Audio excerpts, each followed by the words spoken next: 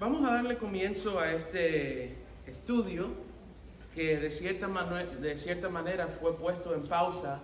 No sé quién se acuerde, hace 2 años, justamente en esta semana estábamos comenzando este estudio en el otro salón y fue la semana que todo empezó a cerrar. Así que ha sido una pausa de 2 años, pero le damos gracias al Señor de finalmente poder reiniciar. Amén. Vamos a buscar en nuestras Biblias el Evangelio según Mateo, capítulo 16, de los versículos 13 al 18.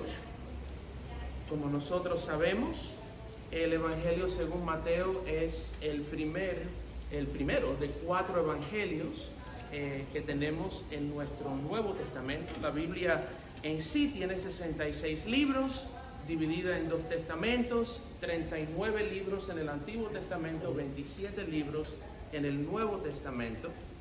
Y la palabra evangelio, posiblemente nosotros sepamos, significa buenas nuevas. Es decir, la palabra original evangelion significa buenas nuevas, buenas noticias. La razón por la que le llamamos a los 4 evangelios es porque contienen en sí la mejor noticia que el mundo ha escuchado y que el mundo va a haber escuchado. La mejor noticia que puede existir, que Dios se hizo hombre mediante su Hijo Jesucristo, fue a la cruz del Calvario, murió por nuestros pecados y hoy está a la diestra de Dios Padre después de haber resucitado al tercer día. Y en Él y solo en Él tenemos vida eterna y salvación. No hay mejor noticia que esa. Una persona puede decir cualquier cosa. Consiguió un trabajo nuevo, por la gracia de Dios obtuvo sanidad de su enfermedad, le nació un niño, le nació una niña. No hay mejor noticia que saber que tú y yo tenemos esperanza de vida eterna y que no somos condenados en Cristo por nuestro pecado. No hay condenación. Dice Romanos 8:1 para aquellos que están en Cristo Jesús. Por eso conocen como evangelios. 3 de ellos forman parte de un grupo específico al cual se le dice evangelios sinópticos. ¿Por qué razón? La palabra sinóptico viene de ver igual o de ver lo mismo. En esencia lo que quiere decir es que 3 de esos evangelios vieron lo mismo. Las historias son casi las mismas. Los milagros de Jesús son en esencia casi los mismos. Las parábolas, muchas de ellas que están en uno de los evangelios sinópticos, están en el segundo y en el tercero. No es el caso en todas parábolas ni en todos los milagros, pero muchos de ellos sí, por supuesto.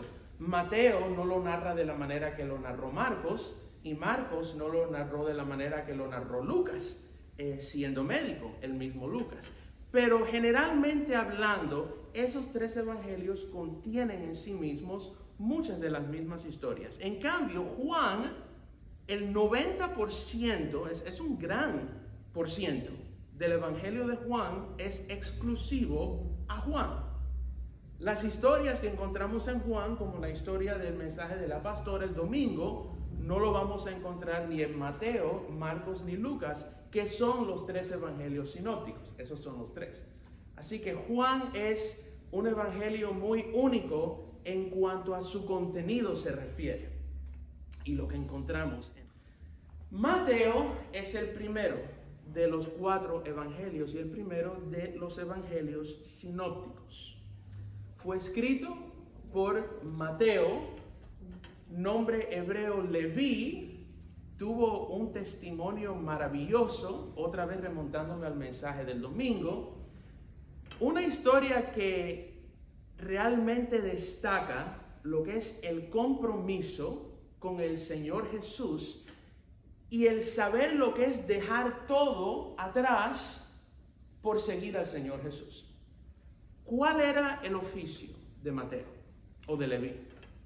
Él era publicano, ¿cierto? Recogedor de impuestos.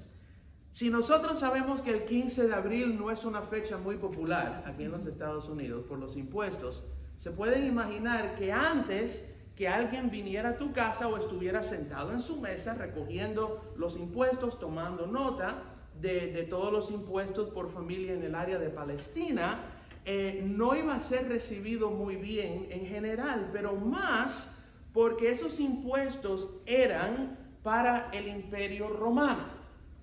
Y Mateo era judío, lo cual quiere decir que era visto como un traidor a sus compatriotas, a su pueblo, ¿okay? Porque trabajaba para el pagano, odiado Imperio Romano que le había usurpado, le había quitado nuevamente a Israel su libertad.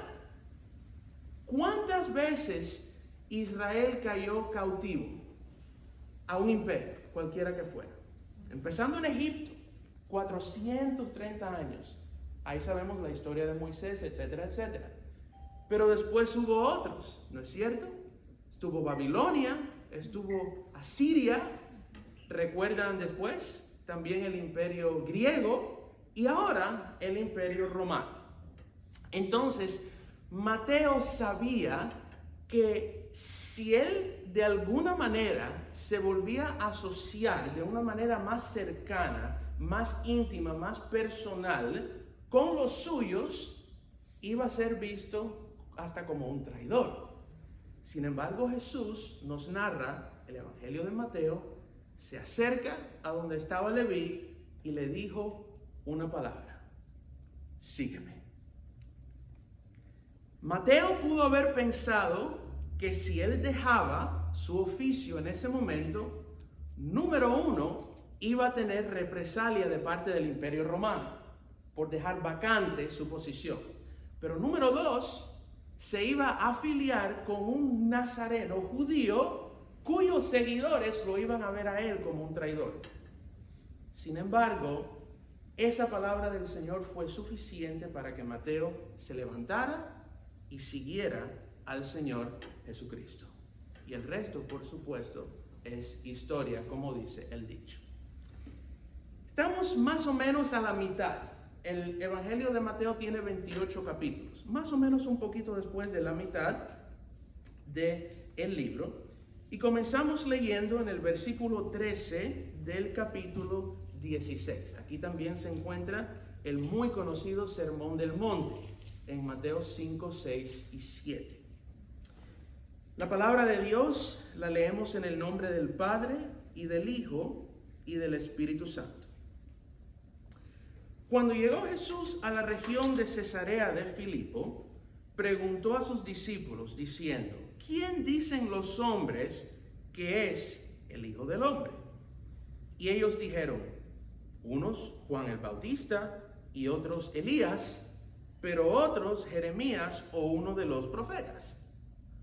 Él les dijo: ¿y vosotros quién decís que soy yo? Respondiendo Simón Pedro dijo: tú eres el Cristo, el Hijo del Dios viviente. Y Jesús respondiendo le dijo: bienaventurado eres, Simón, hijo de Jonás, porque esto no te lo reveló carne ni sangre, sino mi Padre que está en los cielos. Yo también te digo que tú eres Pedro, y sobre esta roca edificaré mi iglesia, y las puertas del Hades no prevalecerán contra ella. Palabra de Dios para el pueblo de Dios. Vamos primeramente a examinar este pasaje, versículo por versículo, y entonces vamos a profundizar. Como preámbulo quisiera decir que el tema, el nombre, el título del estudio que estamos comenzando en el día de hoy, en esencia fue la pregunta que Jesús le hizo a los discípulos.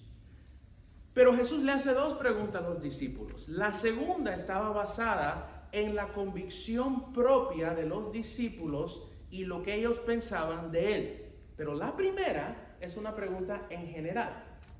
¿Quién dicen los hombres que soy yo? O, más textualmente, que es el Hijo del Hombre. Así que vamos a ir versículo por versículo para ver algunos detalles importantes.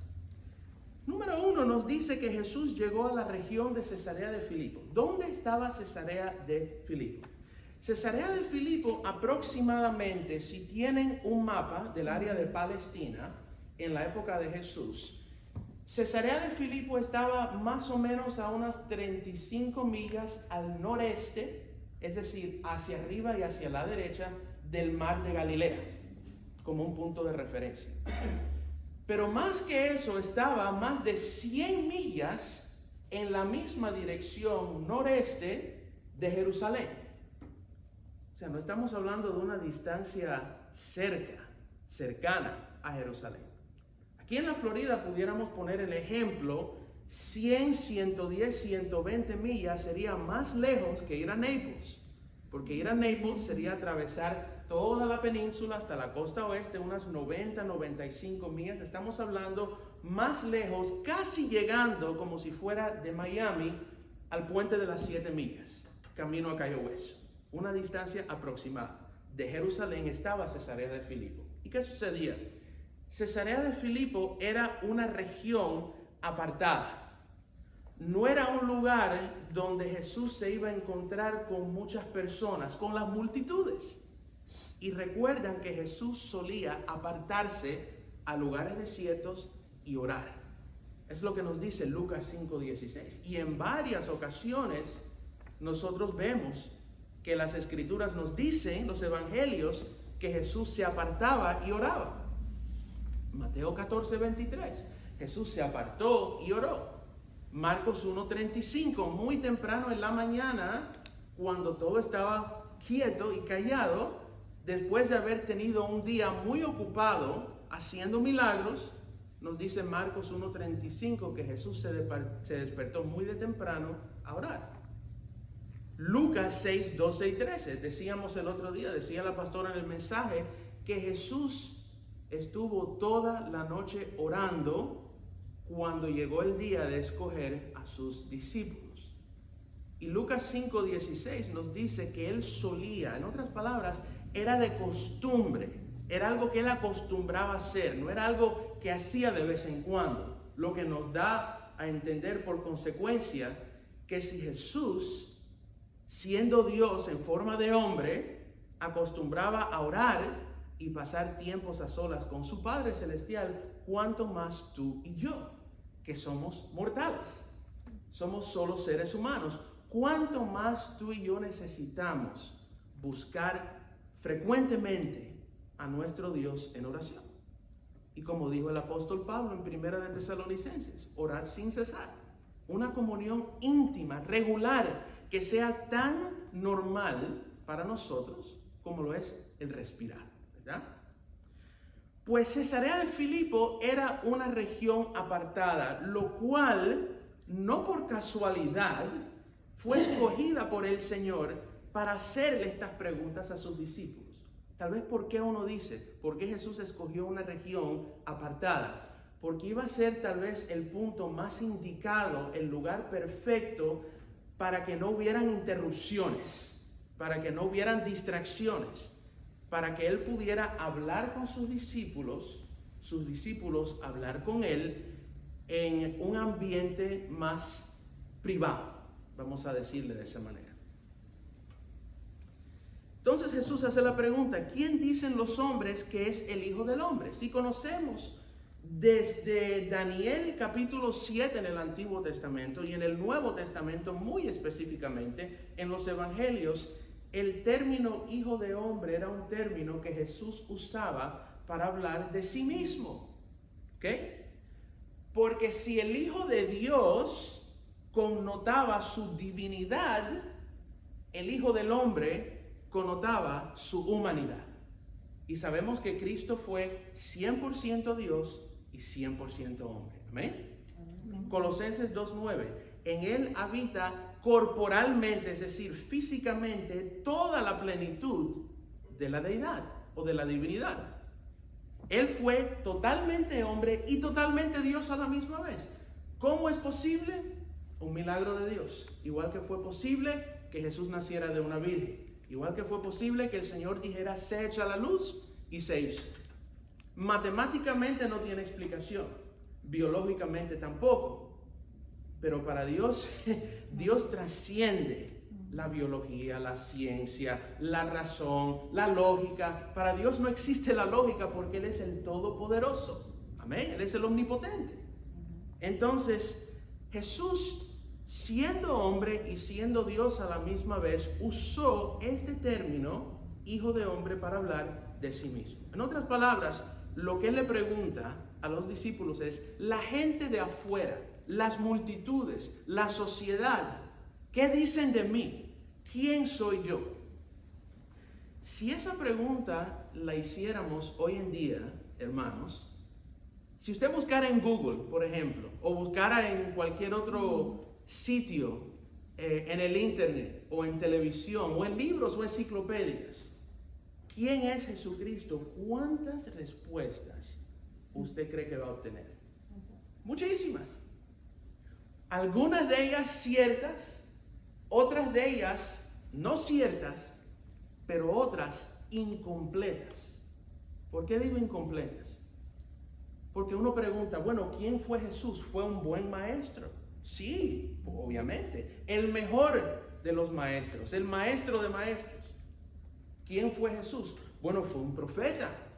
Fue un sumo sacerdote, el sumo sacerdote por excelencia, sí, en cuanto a sus sacrificios se refiere. Fue un hombre bueno, fue una persona ejemplar. Todas esas cosas son ciertas.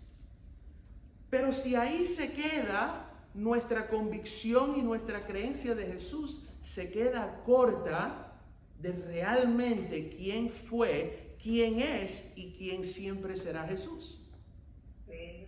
¿Qué dice Hebreos 13:8?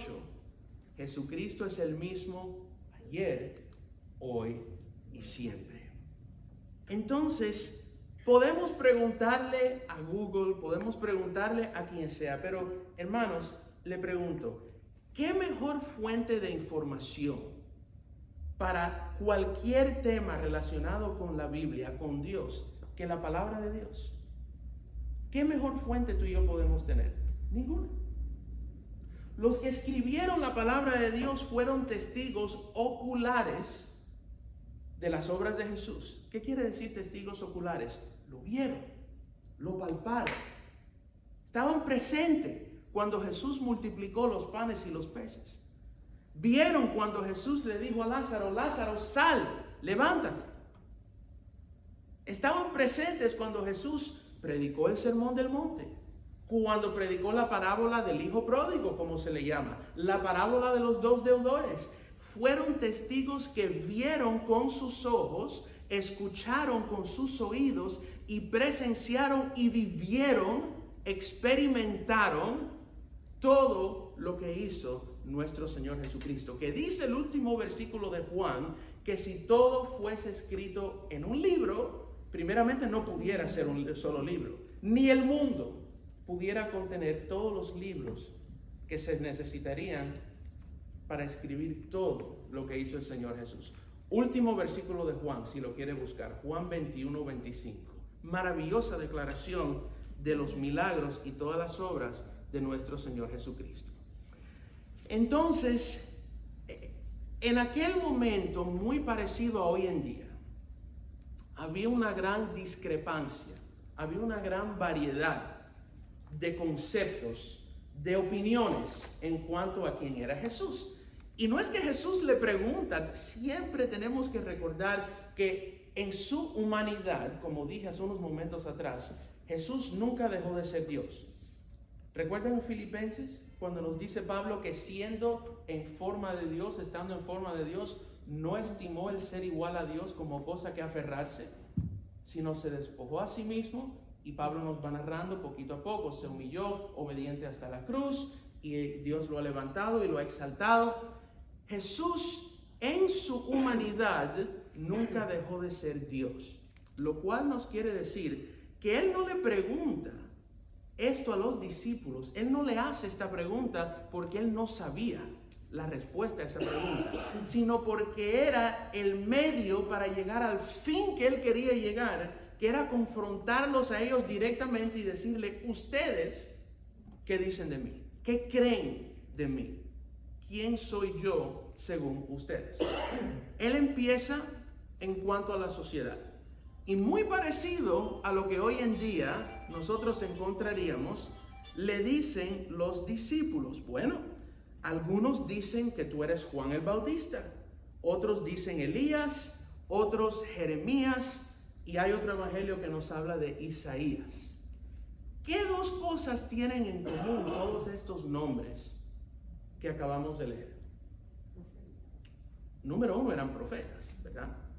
Y recordemos que el profeta en el Antiguo Testamento no era solo el que por el Espíritu y la unción de Dios predecía cosas que iban a pasar, ¿ok? El profeta generalmente y principalmente era vocero de Dios. Es decir, Dios ponía en él lo que iba a decir, fuera de en cuanto al futuro, fuera en cuanto a una situación del presente, fuera a pregonar juicio en contra de una nación. Esa era la función del profeta, y todos estos eran profetas. Elías era profeta, Jeremías era profeta, Juan el Bautista, aunque no oficialmente, habiendo sido el precursor de Jesús, pero su función obviamente fue de preparar el camino para que Jesús pudiera venir ya como el Mesías reconocido. Pero hay otra cosa, todos estaban muertos. Entonces, ¿qué cosa más rara? Dicen, bueno, algunos dicen que tú eres Elías, Jeremías, Isaías, Juan el Bautista, como diciendo, tú eres la reencarnación de todas estas personas. Y yo desde el púlpito en varias ocasiones he hablado sobre la reencarnación y otras cosas, el karma y otras cosas que son cosas humanas, que si vienen de alguien no vienen de Dios. Ya ustedes se pueden imaginar de dónde vienen, ¿ok? La Biblia no habla de la reencarnación. La Biblia es bien clara. Hebreos 9:27 está establecido que el hombre muera una sola vez y después el juicio. Y eso sería otro tema, al cual no vamos a ir ahora. Pero Jesús no era ni Juan el Bautista, ni Jeremías, ni Isaías, ni Elías, ni ninguno de los profetas. Él era el Hijo de Dios. Él es el Hijo de Dios. Y entonces Jesús en el versículo 15 le pregunta a sus discípulos, ¿y vosotros quién decís que yo soy?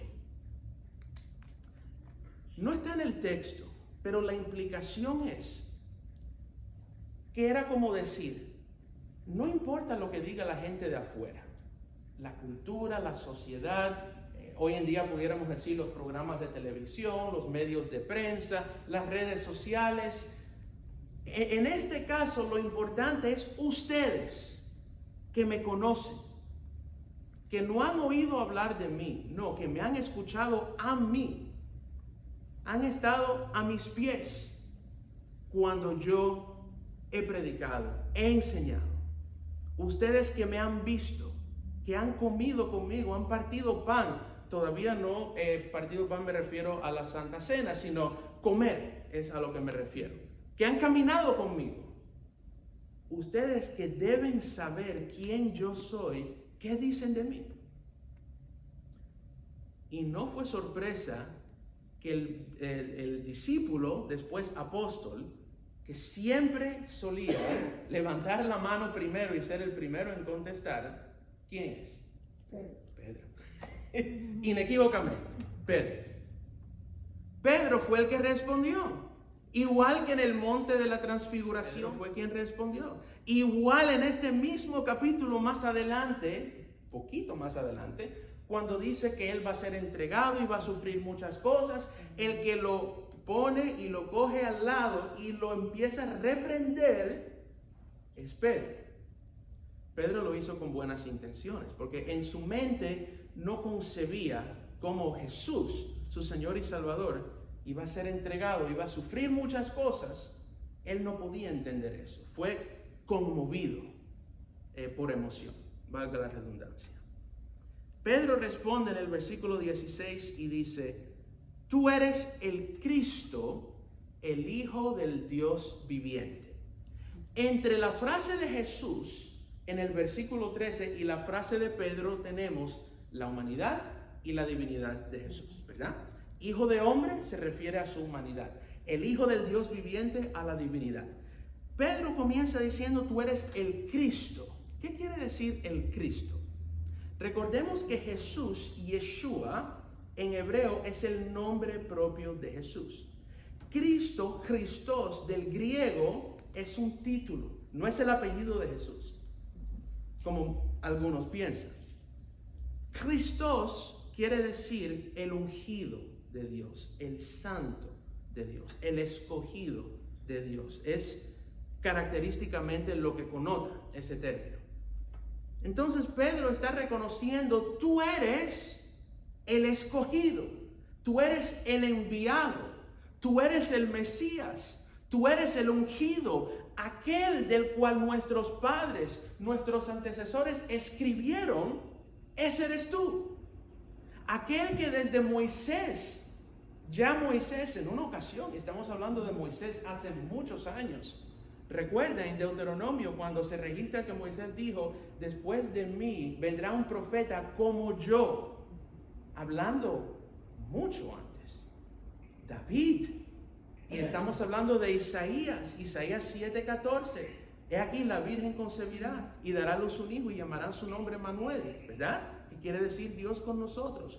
Los profetas hablaron de Jesús. Por eso conocemos esas declaraciones como profecías mesiánicas, porque fueron por profetas hablando del Mesías. Y Pedro encierra todo eso con la simple frase, tú eres el Cristo, el Hijo del Dios viviente. ¿Creen que Pedro aprobó el examen? ¿Qué creen que cogió? ¿Una B? ¿Una A? No. Hasta ahí está bien. Una A+. Hasta ahí está bien. Una A+. Después de eso, Jesús le responde y dice, bienaventurado eres, Simón. Recordamos que Simón, Cefas y Pedro se refiere a la misma persona, en este caso, por supuesto. Hijo de Jonás, porque esto no te lo reveló carne ni sangre, sino mi Padre que está en los cielos. En otras palabras, Pedro, tú no aprendiste esto en un instituto bíblico. Tú no aprendiste esto en un seminario, no que hubieran en ese momento, pero aún si hubieran habido en ese momento. Esto es algo que no te lo pudo haber enseñado ningún mortal, ningún ser humano. Esto tuvo que venir como revelación divina de parte de Dios.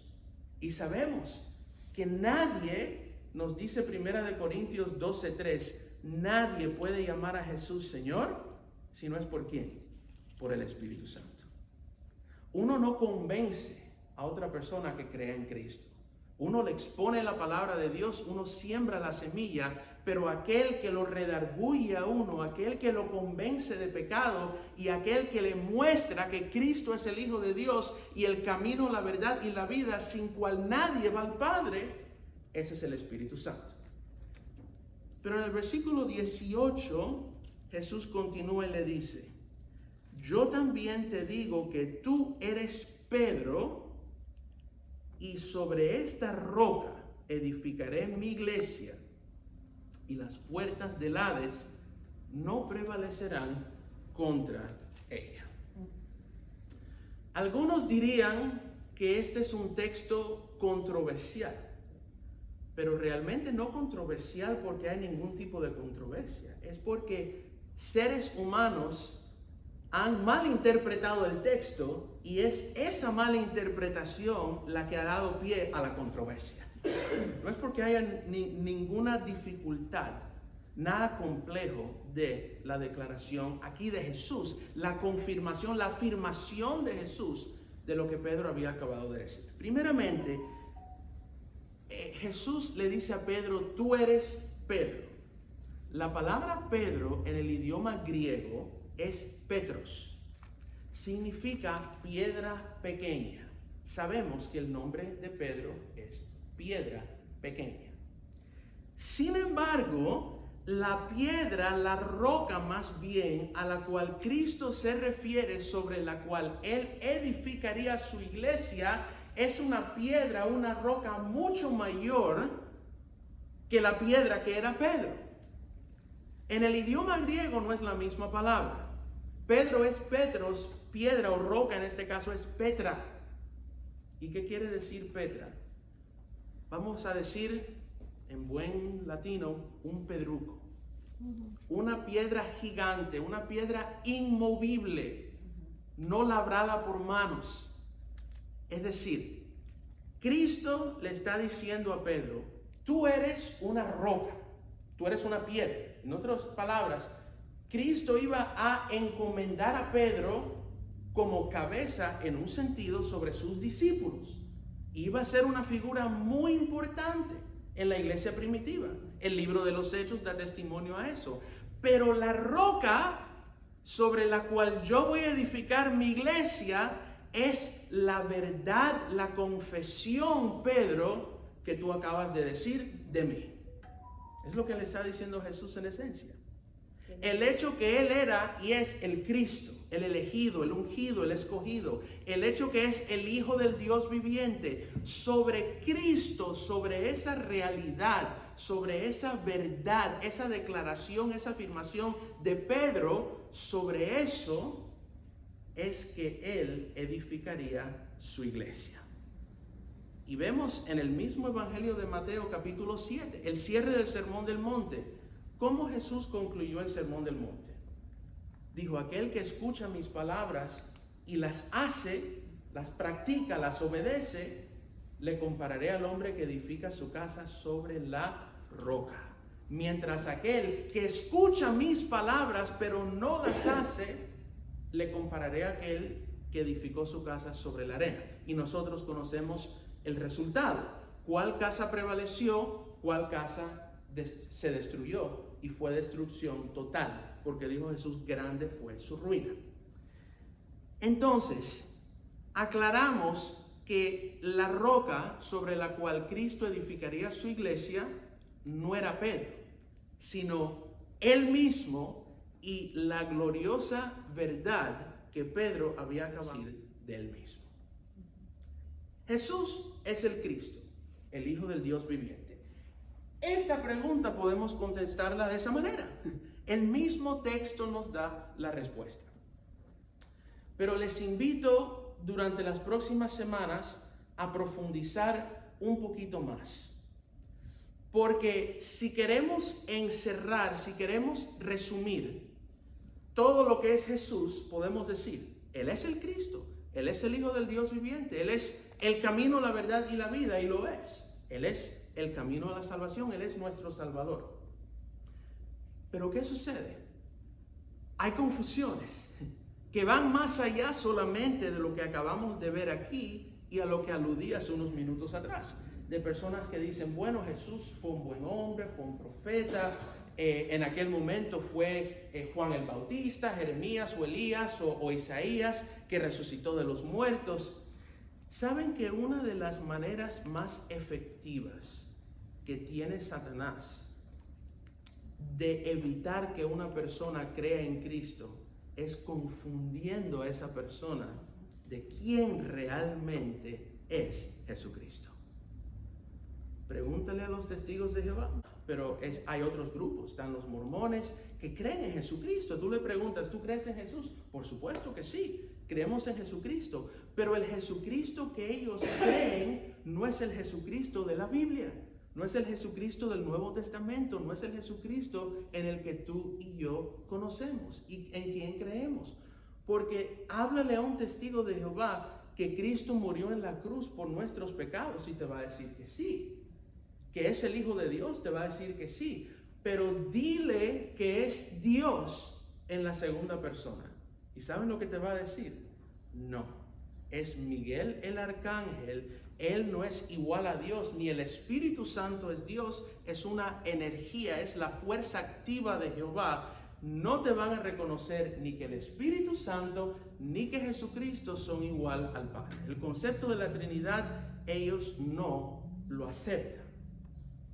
Entonces, dado el caso que usted o yo nos encontramos un día hablando, sea con un testigo de Jehová o con otra persona que quiere indagar y quiere profundizar más de quién es el Señor Jesucristo, ¿estamos realmente preparados? Pero lo que quiero decir, es importante que nosotros estemos bien seguros de lo que significa la respuesta a esta pregunta.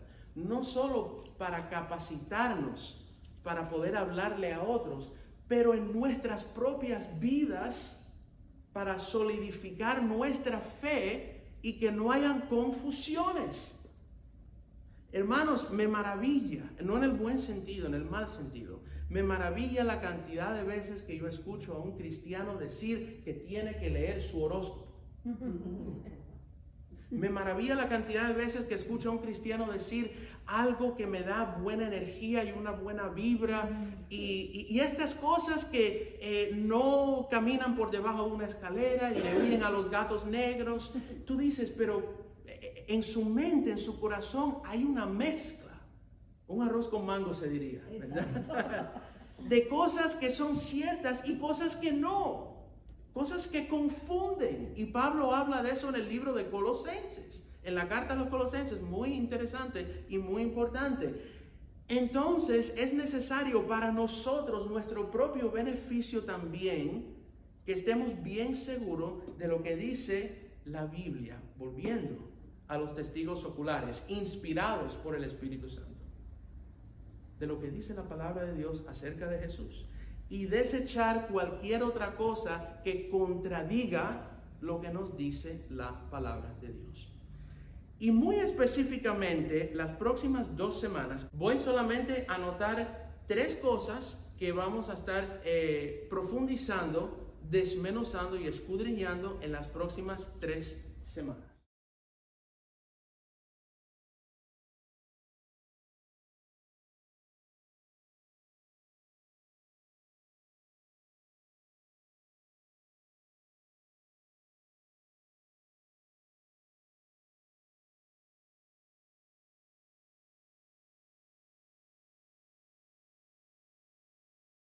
Hermanos, para terminar, que esto no se trata solamente de tener un concepto intelectual sobre la Biblia. Es bueno por nuestro conocimiento del Señor que aprendamos todas esas cosas, que refresquemos nuestra mente o que la tengamos presente. Pero nunca se nos puede olvidar que el propósito de enriquecer nuestro conocimiento de la Biblia es para aprender más de Dios, acercarnos más a Dios, madurar y fortalecer nuestra relación con el Señor Jesucristo.